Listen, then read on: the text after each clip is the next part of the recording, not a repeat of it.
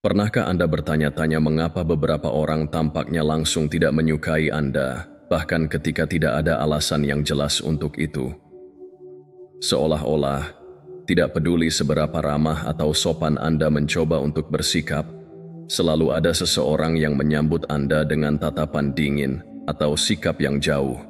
Mengapa beberapa orang memendam perasaan tidak suka atau dendam terhadap kita tanpa sebab yang jelas? Ini adalah misteri yang rumit yang tidak selalu berakar pada tindakan atau kata-kata kita. Seringkali alasan yang mendasari perasaan negatif tersebut terkubur jauh di dalam psikologi manusia. Mungkin ada iri hati yang diam-diam, rasa tidak aman yang tidak terucapkan, atau sekadar kesalahpahaman yang tumbuh seiring waktu. Memahami mengapa orang mungkin mengembangkan perasaan negatif terhadap kita bukan hanya masalah keingintahuan. Ini penting untuk menavigasi dinamika sosial kompleks yang kita hadapi setiap hari. Dalam video khusus ini, kita akan menyelami 9 alasan mengejutkan mengapa orang lain mungkin memiliki perasaan negatif yang intens terhadap kita. Wawasan ini bisa membuka mata Anda dan menawarkan perspektif baru tentang hubungan di sekitar Anda. Sebelum kita mulai, saya ingin menyampaikan ucapan terima kasih yang sebesar-besarnya atas dukungan luar biasa yang telah Anda tunjukkan. Hal itu memberi saya begitu banyak kegembiraan untuk membuat video ini, dan itu bahkan lebih memuaskan untuk membaca komentar Anda yang bijaksana dan menyemangati. Saya membaca setiap komentar. Jika ini adalah pertama kalinya Anda di sini, silakan tekan tombol suka dan aktifkan notifikasi sehingga YouTube dapat membantu lebih banyak orang seperti Anda menemukan konten ini. Sekarang, mari kita memulai perjalanan transformatif ini bersama. Apakah Anda siap?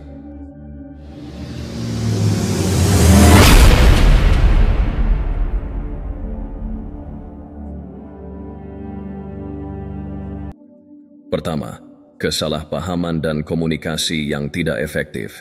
Kesalahpahaman, sekecil apapun, dapat menjadi benih kebencian yang mendalam dan berkepanjangan.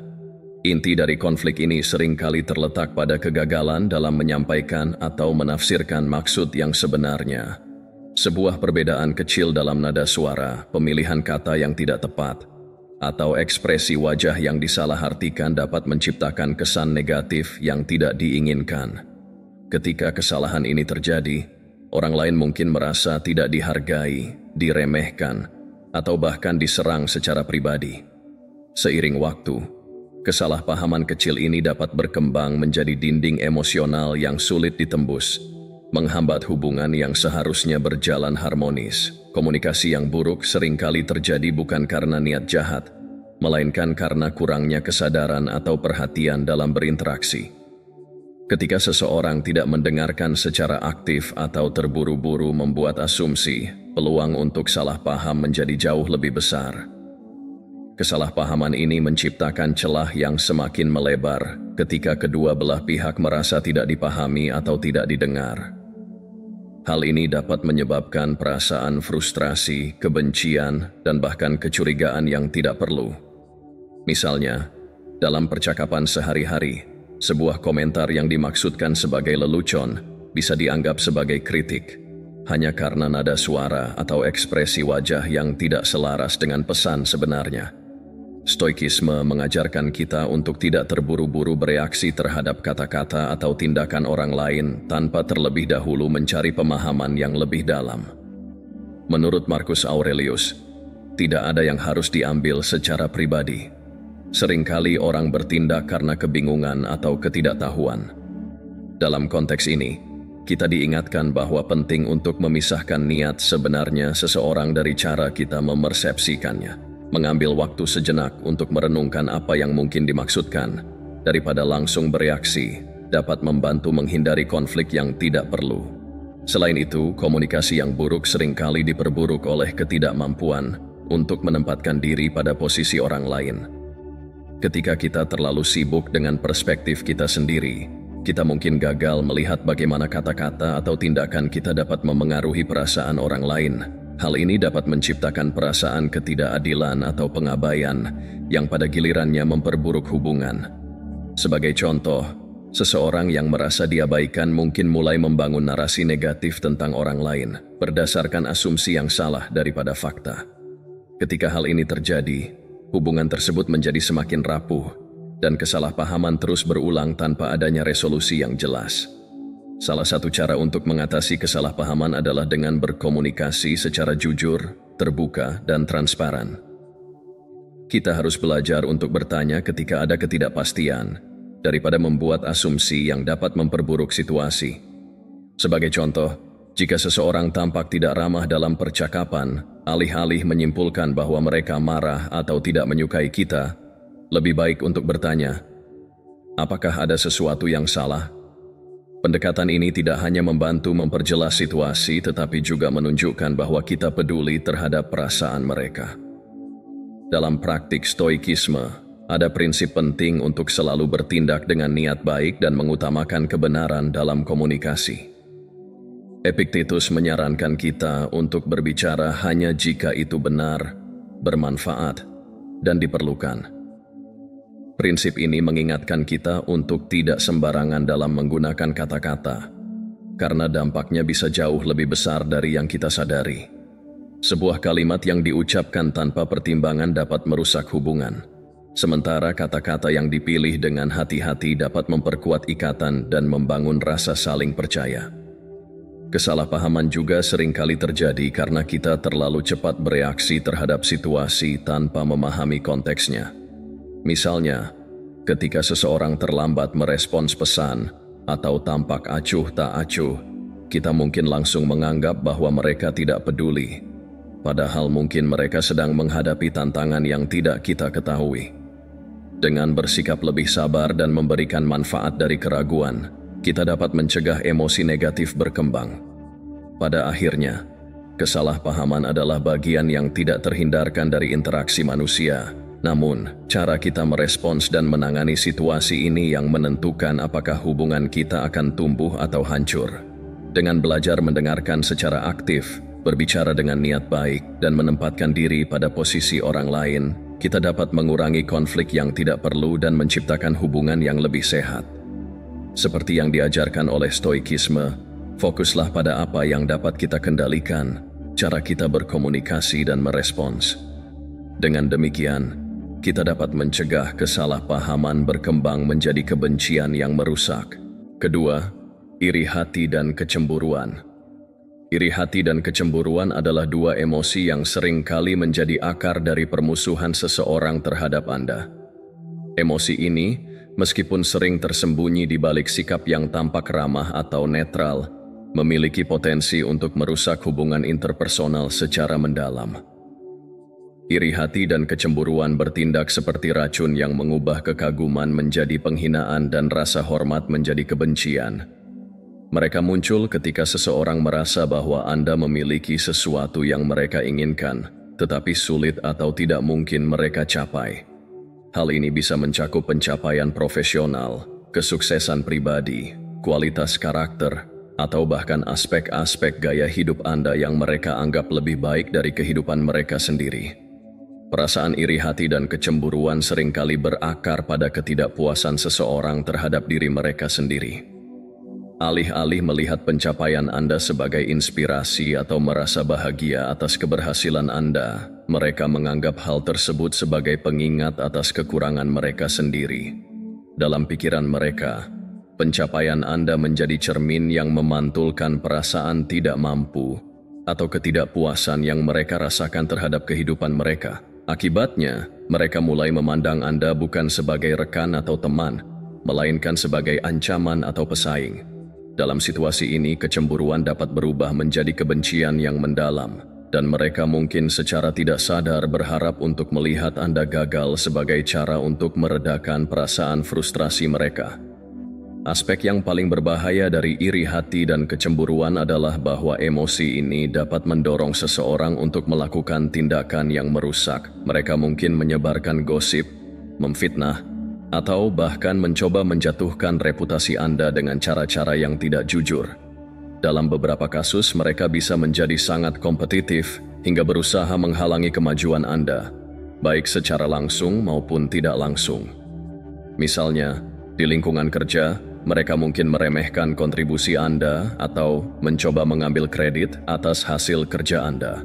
Semua ini dilakukan bukan karena Anda melakukan kesalahan, tetapi karena mereka merasa tidak mampu mengatasi kekurangan yang mereka rasakan dalam diri mereka sendiri. Penting untuk diingat bahwa iri hati dan kecemburuan adalah masalah yang harus diselesaikan oleh orang yang merasakannya, bukan oleh Anda. Meskipun mudah untuk menginternalisasi sikap negatif orang lain dan mulai meragukan diri sendiri, penting untuk menyadari bahwa Anda tidak bertanggung jawab atas perasaan mereka.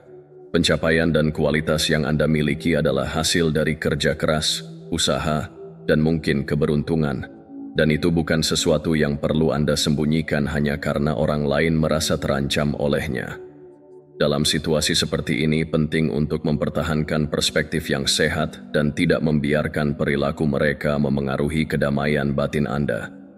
Seperti yang pernah dikatakan Marcus Aurelius, jangan khawatir tentang hal-hal yang berada di luar kendali Anda. Iri hati dan kecemburuan orang lain jelas berada di luar kendali Anda. Dalam ajaran Stoikisme, kita diajarkan untuk fokus pada apa yang bisa kita kendalikan, pikiran, tindakan, dan tanggapan kita sendiri. Daripada membiarkan iri hati orang lain mengganggu keseimbangan emosional Anda, gunakan kesempatan ini untuk melatih ketenangan dan pengendalian diri. Tetaplah bersikap baik, profesional, dan berintegritas, bahkan ketika Anda menghadapi sikap negatif dari orang lain. Selain itu, penting untuk memiliki empati dan memahami bahwa iri hati seringkali berasal dari rasa tidak aman dan ketidakpuasan yang mendalam. Meskipun tidak semua orang dapat menerima bantuan atau nasihat dengan baik, bersikap ramah dan mendukung dapat membantu meredakan ketegangan dalam beberapa kasus. Namun, jika situasinya tidak memungkinkan untuk berdamai, tidak ada salahnya untuk menjaga jarak demi kesehatan mental Anda sendiri. Memahami bahwa iri hati dan kecemburuan seringkali menjadi akar dari permusuhan seseorang terhadap Anda, dapat membantu Anda menghadapi situasi ini dengan lebih bijak. Dengan tetap fokus pada pertumbuhan pribadi dan profesional Anda, serta menjaga kedamaian batin, Anda dapat mengatasi tantangan ini tanpa membiarkan emosi negatif orang lain mengganggu perjalanan Anda. Akhirnya, yang terpenting adalah mengingat bahwa pencapaian Anda adalah milik Anda dan tidak ada yang berhak membuat Anda merasa bersalah karenanya. Ketiga, perbedaan dalam nilai-nilai dan keyakinan fundamental. Kita hidup di dunia yang kaya akan keberagaman, di mana setiap individu dibentuk oleh nilai-nilai, keyakinan, dan pengalaman unik mereka. Seperti potongan-potongan puzzle yang berbeda, nilai-nilai ini bersama-sama membentuk gambaran kehidupan setiap orang. Namun ketika nilai-nilai dan keyakinan seseorang berbenturan dengan nilai-nilai orang lain, konflik dapat muncul. Bahkan, dalam beberapa kasus perbedaan ini dapat berkembang menjadi kebencian yang mendalam, terutama ketika tidak ada upaya untuk saling memahami. Perbedaan nilai dan keyakinan tidak selalu muncul dari isu-isu besar seperti pandangan politik atau agama. Mereka juga dapat ditemukan dalam aspek-aspek kecil kehidupan sehari-hari seperti pandangan tentang etika kerja, cara mendidik anak, preferensi gaya hidup, atau bahkan detail kecil seperti kebiasaan sosial dan etiket. Misalnya, seseorang yang sangat menghargai keteraturan mungkin merasa terganggu oleh individu yang cenderung santai atau spontan. Dalam situasi seperti ini, ketidaksepakatan kecil dapat berubah menjadi ketegangan yang lebih besar jika tidak ditangani dengan bijaksana. Salah satu penyebab utama konflik yang timbul dari perbedaan nilai adalah kecenderungan manusia untuk memegang keyakinan mereka sendiri sebagai satu-satunya cara yang benar. Ketika seseorang merasa bahwa nilai-nilai mereka adalah superior atau universal, siapapun yang memiliki keyakinan berbeda seringkali dianggap sebagai ancaman terhadap identitas mereka. Pola pikir defensif ini dapat memicu perasaan permusuhan, menciptakan tembok emosional yang menghalangi dialog dan saling pengertian.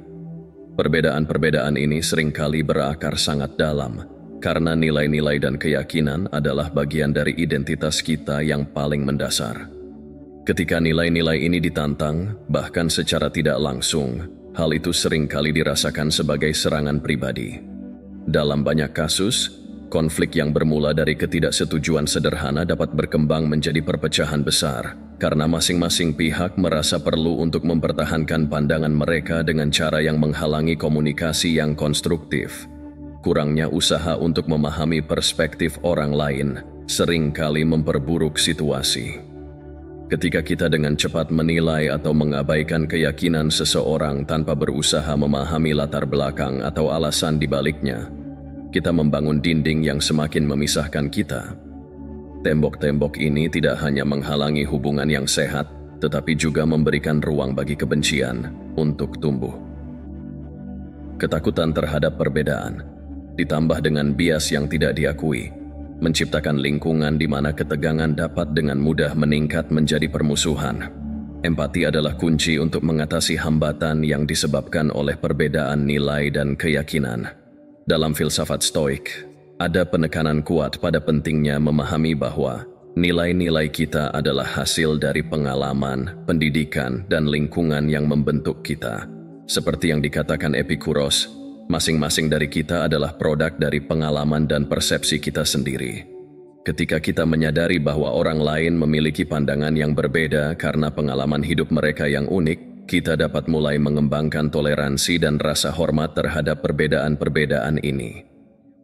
Langkah pertama menuju pemahaman adalah dialog terbuka. Berbicara dengan orang lain tentang keyakinan mereka tanpa menghakimi memungkinkan kita untuk melihat dunia dari sudut pandang yang berbeda. Toleransi terhadap perbedaan tidak hanya membantu mencegah konflik, tetapi juga memperkaya cara kita memandang dunia. Ketika kita menerima bahwa tidak semua orang memiliki perspektif yang sama, kita dapat hidup berdampingan dengan harmonis di tengah masyarakat yang pluralistik. Selain itu, penting untuk mengenali bahwa keberagaman dalam nilai-nilai dan keyakinan bukanlah ancaman, melainkan kekayaan yang membuat dunia menjadi tempat yang lebih menarik dan dinamis. Dengan memahami bahwa perbedaan adalah bagian alami dari kehidupan, kita dapat menggantikan ketakutan dan prasangka dengan rasa ingin tahu dan penerimaan. Langkah ini, meskipun sederhana, dapat menciptakan perubahan besar dalam cara kita berinteraksi dengan orang lain. Pada akhirnya, menghormati perbedaan nilai dan keyakinan adalah tentang melihat manusia sebagai individu yang kompleks dan unik. Ketika kita membuka diri untuk belajar dari orang lain, kita tidak hanya menghindari konflik, tetapi juga memperkuat hubungan dan memperluas pemahaman kita tentang dunia. Dengan demikian, kita dapat menciptakan lingkungan yang lebih inklusif dan penuh toleransi, di mana perbedaan tidak lagi menjadi alasan untuk kebencian, tetapi menjadi dasar untuk saling menghormati dan belajar satu sama lain. Keempat, pengaruh rumor dan gosip. Salah satu alasan yang paling mendalam dan berbahaya mengapa kebencian muncul adalah pengaruh kuat dari rumor dan gosip. Fenomena ini seringkali berakar pada informasi yang tidak akurat atau bahkan sengaja diputarbalikkan untuk merusak reputasi seseorang. Seperti virus yang menyebar dengan cepat, gosip ini mampu menyusup ke setiap lapisan hubungan sosial dan menciptakan ketegangan, ketidakpercayaan, dan permusuhan yang mendalam. Dalam banyak kasus, seseorang bisa menjadi korban kebencian tanpa memiliki kesempatan untuk membela diri, hanya karena mereka menjadi sasaran dari cerita yang dibesar-besarkan atau diputarbalikkan oleh pihak ketiga. Salah satu kekuatan paling merusak dari gosip adalah kemampuannya untuk menyebar tanpa kontrol.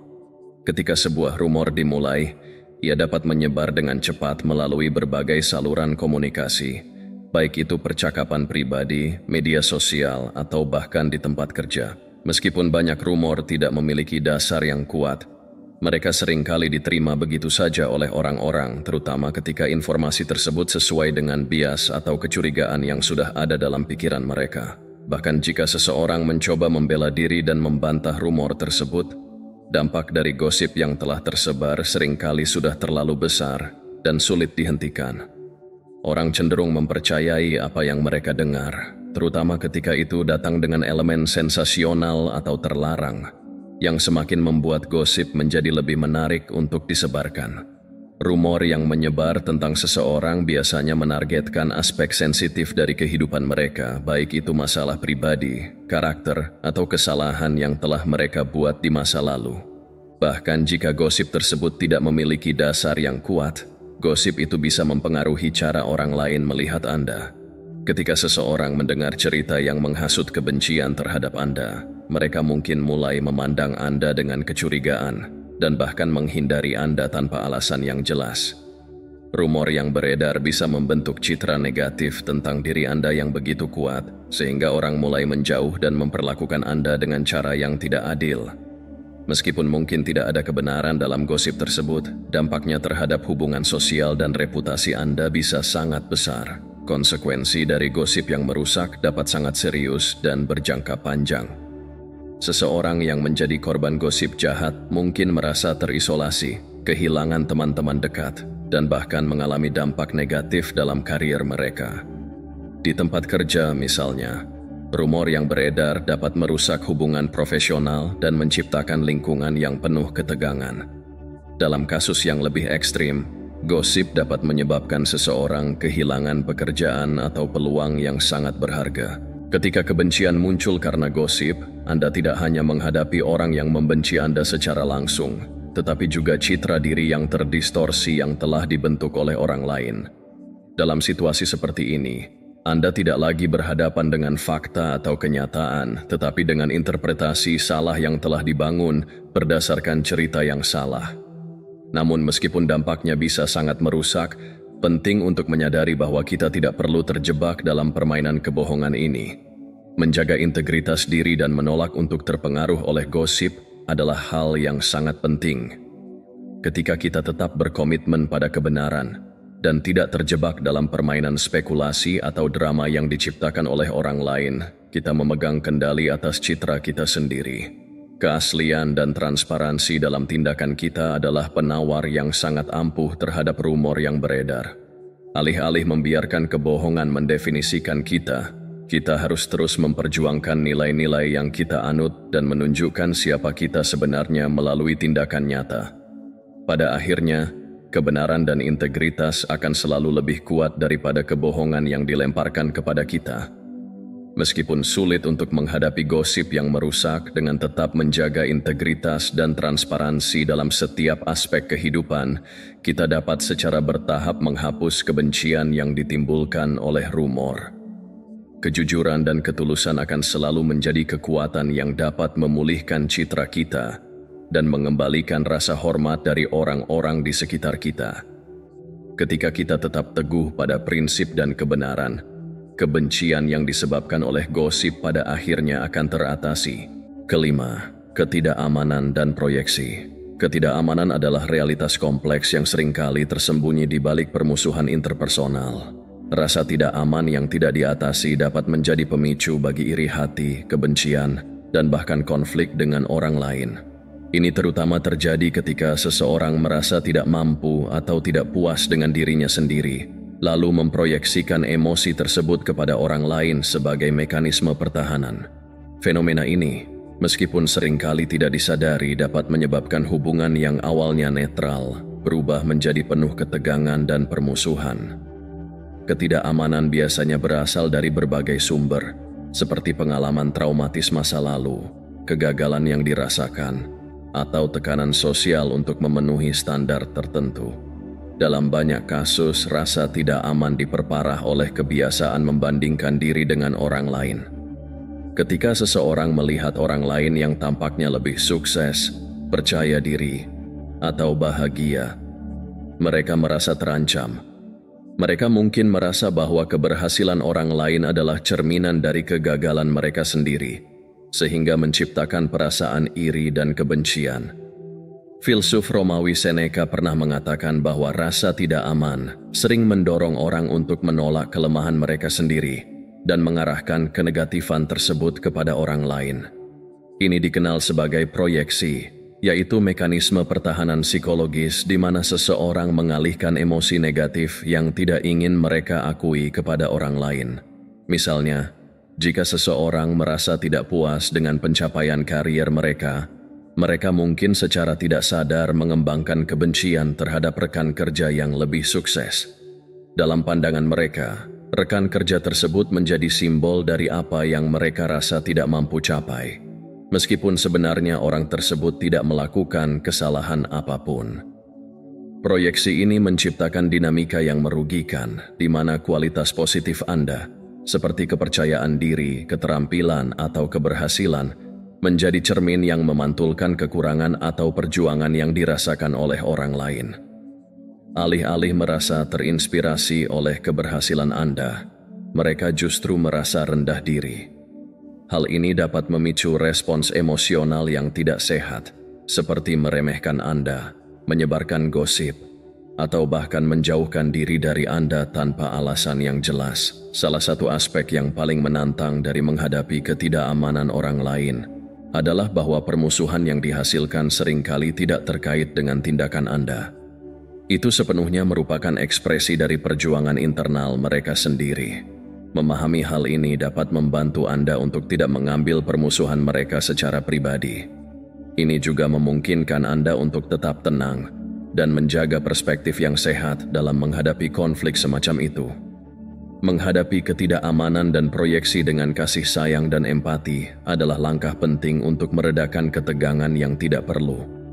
Ketika Anda menyadari bahwa kebencian yang diarahkan kepada Anda seringkali berakar pada perjuangan batin orang lain, Anda dapat merespons dengan cara yang lebih bijaksana.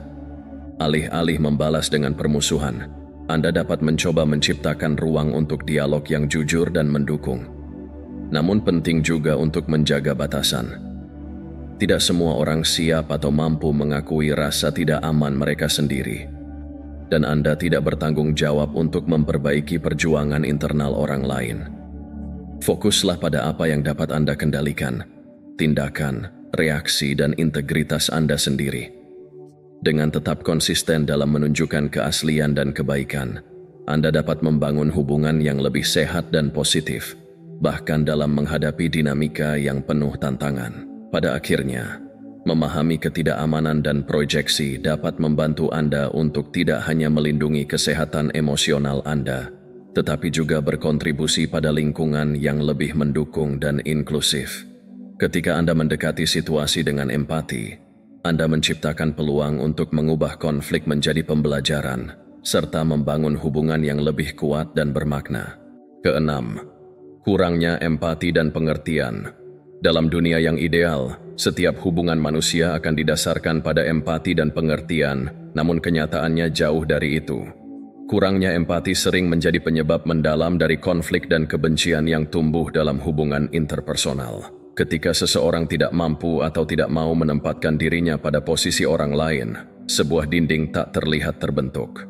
Dinding ini menjadi penghalang bagi pengertian yang sejati, memperbesar kesalahpahaman, dan pada akhirnya memicu permusuhan yang mungkin tidak perlu terjadi. Empati lebih dari sekadar kemampuan untuk merasakan emosi orang lain. Itu juga mencakup kemampuan untuk memahami perspektif, motivasi, dan keadaan yang mendasari tindakan mereka. Ketika empati tidak ada, orang cenderung membuat asumsi yang salah, melihat situasi hanya dari sudut pandang mereka sendiri. Hal ini menciptakan ruang bagi prasangka dan penilaian yang dangkal, yang seringkali tidak didasarkan pada kenyataan. Dalam kondisi seperti ini, hubungan manusia menjadi rentan terhadap konflik karena tidak ada usaha untuk memahami konteks di balik perilaku atau keputusan orang lain. Salah satu alasan utama kurangnya empati adalah keegoisan atau narsisme. Orang yang terlalu fokus pada diri mereka sendiri seringkali kesulitan untuk mengakui atau menghargai perjuangan dan emosi orang lain. Mereka mungkin mengabaikan kesuksesan atau tantangan yang dihadapi oleh orang lain dengan sikap yang tampak acuh tak acuh, yang dapat dengan mudah disalahartikan sebagai penghinaan atau permusuhan. Sikap ini tidak hanya menyakiti hubungan, tetapi juga menciptakan lingkungan di mana kebencian dapat berkembang. Selain itu, kurangnya empati seringkali memunculkan pola pikir hitam putih. Orang yang melihat dunia melalui lensa ini cenderung membuat penilaian yang tergesa-gesa tanpa mempertimbangkan nuansa situasi. Mereka melihat segala sesuatu sebagai benar atau salah, baik atau buruk, tanpa memahami kompleksitas di balik tindakan atau keyakinan seseorang. Misalnya, mereka mungkin menyalahkan seseorang atas kegagalan yang sebenarnya di luar kendali orang tersebut, atau menganggap niat buruk ketika tidak ada sama sekali. Pola pikir seperti ini menciptakan tempat berkembang biaknya kebencian yang didasarkan pada ketidaktahuan, bukan pada kenyataan. Ketika seseorang merasa disalahpahami atau dihakimi tanpa dasar yang jelas, mereka mungkin merasa ditolak atau diremehkan. Perasaan ini dapat memicu respons emosional yang kuat, seperti kemarahan atau kebencian, yang pada gilirannya memperburuk konflik. Hal ini menjadi siklus yang sulit diputus karena kurangnya empati dari satu pihak dapat memicu respons defensif dari pihak lain, yang semakin memperkuat dinding pemisah di antara mereka. Penting untuk menyadari bahwa kebencian yang dirasakan seseorang terhadap Anda seringkali lebih mencerminkan keterbatasan emosional mereka sendiri daripada sesuatu yang telah Anda lakukan. Kurangnya empati mereka adalah masalah internal yang tidak ada hubungannya dengan nilai atau tindakan Anda. Memahami hal ini dapat membantu Anda mendekati situasi ini dengan perspektif yang lebih seimbang dan tidak mengambil sikap negatif orang lain secara pribadi. Dalam menghadapi kurangnya empati, Anda memiliki dua pilihan utama: berusaha membangun jembatan pengertian atau menjaga diri dari dampak emosional negatif. Jika memungkinkan, upayakan dialog yang jujur dan terbuka untuk memperjelas kesalahpahaman dan menunjukkan bahwa Anda peduli. Namun, jika orang tersebut tidak siap untuk berkomunikasi dengan baik, penting untuk menjaga batasan yang sehat dan melindungi kesejahteraan emosional Anda. Empati bukan hanya alat untuk memperbaiki hubungan, itu juga merupakan kunci untuk menciptakan lingkungan yang lebih inklusif dan mendukung. Dengan mengembangkan empati, kita dapat mencegah kebencian tumbuh dari kesalahpahaman yang tidak perlu dan membantu membangun hubungan yang lebih kuat dan bermakna.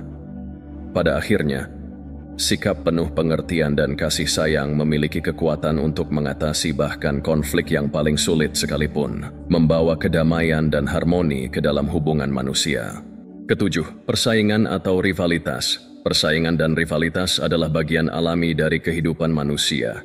Dari tempat kerja hingga lingkaran sosial dan bahkan dalam keluarga, kita sering dihadapkan pada situasi di mana kemampuan, pencapaian, atau status kita dibandingkan dengan orang lain.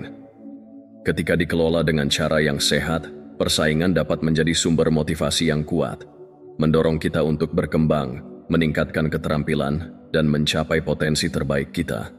Namun ketika persaingan keluar dari jalur sehatnya, itu dapat berubah menjadi rivalitas yang merusak, di mana fokus bergeser dari pencapaian pribadi ke keinginan untuk melihat orang lain gagal atau direndahkan.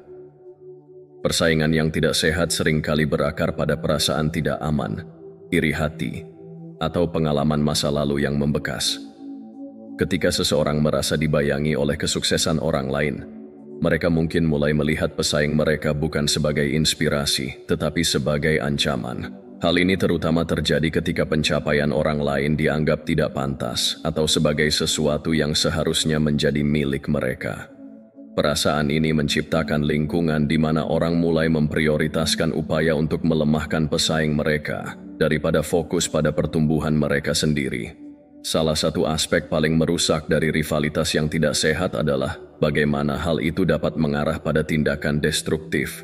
Ketika persaingan berubah menjadi obsesi, seseorang mungkin tergoda untuk menggunakan cara-cara tidak etis, seperti menyebarkan rumor, sabotase, atau bahkan serangan langsung terhadap karakter atau pekerjaan orang lain. Tindakan semacam ini tidak hanya melukai orang yang menjadi target, tetapi juga mencoreng integritas pelaku. Marcus Aurelius, filsuf Stoik terkenal, pernah menyatakan bahwa ketika seseorang membiarkan emosi negatif seperti iri hati dan kebencian menguasai mereka, mereka sebenarnya merusak diri mereka sendiri lebih dari apapun. Persaingan yang tidak sehat juga dapat menciptakan pola pikir kelangkaan, di mana seseorang percaya bahwa keberhasilan orang lain mengurangi peluang mereka sendiri untuk sukses.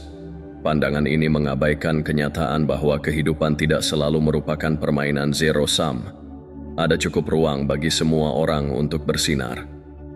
Ketika seseorang terjebak dalam pola pikir seperti ini, mereka tidak hanya merusak hubungan mereka dengan orang lain, tetapi juga membatasi potensi mereka sendiri untuk tumbuh dan belajar dari orang-orang di sekitar mereka. Untuk mengatasi rivalitas yang merusak, penting untuk mengenali tanda-tanda emosi negatif ini, baik dalam diri sendiri maupun orang lain. Salah satu langkah pertama adalah mengganti pola pikir kompetitif dengan pola pikir kolaboratif. Alih-alih melihat pesaing sebagai ancaman, cobalah untuk melihat mereka sebagai mitra potensial atau bahkan mentor yang dapat membantu Anda berkembang. Ketika kita mengubah perspektif ini, kita tidak hanya membuka peluang untuk kolaborasi, tetapi juga mengurangi kebencian yang mungkin muncul dari persaingan buta. Selain itu, penting untuk mengingat bahwa kesuksesan orang lain tidak mengurangi nilai atau pencapaian Anda. Mengadopsi sikap yang penuh rasa syukur dan menghargai perjalanan unik setiap individu dapat membantu kita tetap fokus pada jalur kita sendiri.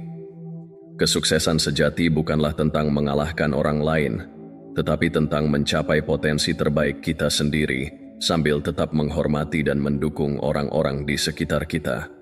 Dalam persaingan apapun, penting untuk menjaga perspektif yang sehat. Rivalitas yang didasarkan pada rasa hormat dan semangat sportivitas dapat memotivasi kita untuk mencapai hal-hal besar. Namun, jika rivalitas mulai mengarah pada emosi negatif atau tindakan destruktif, kita perlu mundur sejenak dan mengevaluasi kembali tujuan dan prioritas kita. Dengan demikian, kita tidak hanya melindungi hubungan kita dengan orang lain, tetapi juga menjaga integritas dan kesehatan emosional kita sendiri. Kedelapan, pengaruh harapan sosial. Harapan sosial seringkali membentuk bagaimana seseorang dipandang oleh masyarakat di sekitarnya. Norma, tradisi, dan nilai-nilai budaya menjadi cetakan yang secara tidak langsung menuntut semua orang untuk menyesuaikan diri. Namun ketika seseorang memilih untuk keluar dari cetakan tersebut dan menjalani hidup sesuai dengan keinginan mereka sendiri, mereka seringkali dihadapkan pada kritik, penilaian, atau bahkan kebencian dari orang-orang di sekitar mereka. Fenomena ini tidak hanya umum di komunitas yang sangat konservatif, tetapi juga di lingkungan modern, di mana tekanan untuk memenuhi standar tertentu tetap menjadi bagian yang signifikan dari kehidupan sosial. Misalnya, seseorang yang memilih jalur karier yang tidak konvensional, seperti seni atau pekerjaan lepas, di masyarakat yang menghargai stabilitas pekerjaan di sektor formal mungkin dianggap gagal atau tidak realistis. Begitu pula keputusan untuk menikah di usia yang lebih tua, memilih tidak memiliki anak, atau menjalani gaya hidup yang tidak sesuai dengan norma budaya dapat memicu reaksi negatif. Orang-orang yang merasa terganggu oleh pilihan-pilihan ini seringkali melihatnya sebagai ancaman terhadap nilai-nilai tradisional yang mereka junjung tinggi. Hal ini bukan hanya tentang perbedaan pendapat. Seringkali, itu mencerminkan rasa tidak nyaman mereka terhadap perubahan dan ketidakpastian yang datang dari gagasan bahwa norma-norma yang mereka pegang teguh mungkin tidak berlaku universal. Reaksi negatif ini juga dipengaruhi oleh tekanan sosial yang dirasakan oleh individu yang memandang diri mereka sebagai penjaga tradisi. Ketika mereka melihat seseorang yang memilih jalan berbeda, itu memaksa mereka untuk mempertanyakan apakah nilai-nilai yang mereka pegang selama ini benar-benar universal atau hanya sekadar konstruksi sosial. Dalam banyak kasus, mereka mungkin merasa tidak nyaman dengan kemungkinan bahwa ada cara lain untuk hidup yang sama validnya. Ketidaknyamanan ini seringkali diekspresikan melalui kritik, penolakan, atau bahkan kebencian terhadap individu yang memilih untuk menjalani hidup mereka secara berbeda. Namun, penting untuk disadari bahwa kebencian yang lahir dari harapan sosial bukanlah cerminan dari kesalahan atau kekurangan Anda. Sebaliknya, itu mencerminkan keterbatasan orang lain dalam menerima perbedaan dan ketidakmampuan mereka untuk memahami bahwa kehidupan setiap orang adalah perjalanan yang unik. Anda memiliki hak penuh untuk menjalani hidup sesuai dengan nilai-nilai dan keyakinan Anda sendiri, bahkan jika itu berarti melawan arus.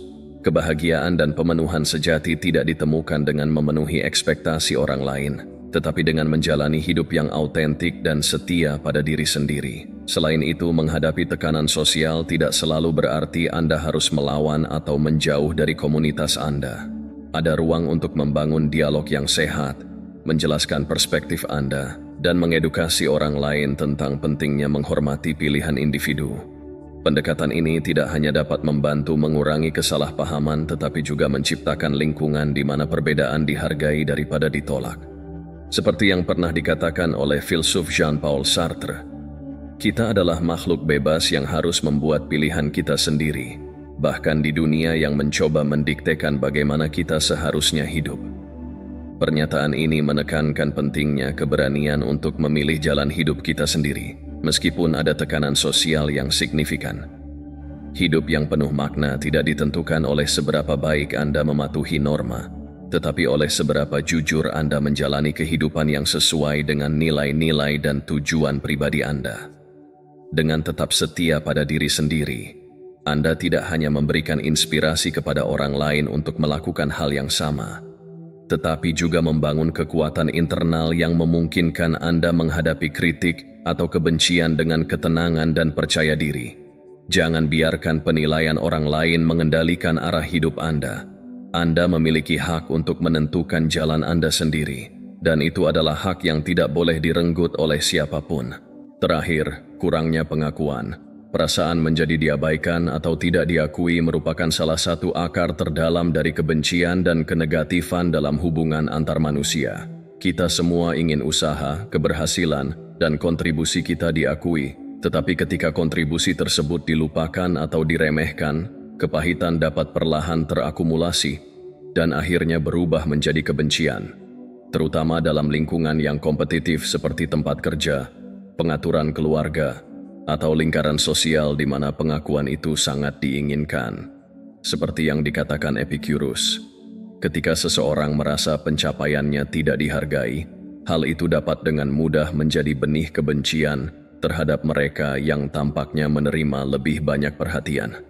Namun penting untuk dipahami bahwa pengakuan itu subjektif dan bervariasi berdasarkan harapan individu. Beberapa orang membutuhkan validasi dan penghargaan lebih dari yang lain. Ini mengharuskan kita untuk berkomunikasi secara terbuka dan mengungkapkan pengakuan pada waktu yang tepat untuk mencegah penumpukan perasaan negatif yang tidak perlu dan untuk membina hubungan yang lebih sehat dan lebih positif. Dalam perjalanan menavigasi dinamika emosional yang kompleks ini, penting untuk menciptakan batasan dengan mereka yang terjebak dalam masalah dan rasa tidak aman mereka sendiri, mereka yang membawa hal negatif dan mengganggu kedamaian Anda. Menetapkan batasan bukanlah tanda kelemahan, itu adalah tindakan pelestarian diri yang kuat. Seringkali, permusuhan yang diarahkan kepada Anda tidak ada hubungannya dengan siapa Anda, dan lebih berkaitan dengan perjuangan internal seseorang. Apakah itu berasal dari kecemburuan, kesalahpahaman, konflik nilai, rumor, ketidakamanan pribadi, kurangnya empati, atau kompetisi? Emosi negatif ini mengungkapkan lebih banyak tentang orang yang menyimpannya daripada tentang Anda. Ingat, Anda tidak bertanggung jawab atas perasaan negatif orang lain, dan Anda tidak berkewajiban untuk menyenangkan semua orang. Dengan memahami faktor-faktor ini, Anda dapat mengembangkan perspektif yang seimbang tentang hubungan dan menghindari membiarkan hal-hal negatif memengaruhi harga diri atau pandangan dunia Anda. Sebaliknya, fokuslah pada kualitas dan kekuatan Anda dan bangun hubungan yang sehat dan positif untuk diri Anda sendiri. Sebagai penutup, saya ingin meninggalkan Anda dengan pesan penyemangat. Ingatlah bahwa kita masing-masing adalah unik, dengan kualitas, kekurangan, dan jalan yang kita tempuh masing-masing. Alasan mengapa seseorang mungkin tidak menyukai Anda pada dasarnya adalah refleksi dari pertempuran yang sedang diperjuangkan orang tersebut dalam diri mereka sendiri. Jadi, teruslah di jalan Anda dengan integritas, kebaikan, dan keaslian. Hargai mereka yang dengan tulus menghormati dan menghargai Anda untuk siapa Anda. Dan dengan melakukan itu Anda akan menciptakan lingkungan yang lebih sehat dan bahagia untuk diri Anda sendiri dan orang-orang di sekitar Anda. Saya ingin mendengar tentang perjalanan dan kemenangan Anda. Silakan tekan berlangganan, nyalakan lonceng notifikasi, dan tinggalkan komentar di bawah untuk membagikan cerita Anda keberhasilan, dan bahkan tantangan yang telah Anda atasi. Jika Anda tidak yakin apa yang harus dikomentari, cukup tulis "kedamaian" untuk menunjukkan bahwa Anda telah menyelesaikan sesi ini. Keterlibatan Anda membantu komunitas ini tumbuh menuju kebijaksanaan dan seni mengubah setiap tantangan menjadi peluang. Saya akan meninggalkan 2 video lagi di sini, sehingga Anda dapat terus belajar dan berkembang dalam perjalanan pengembangan pribadi Anda. Terima kasih, dan sampai jumpa di video berikutnya.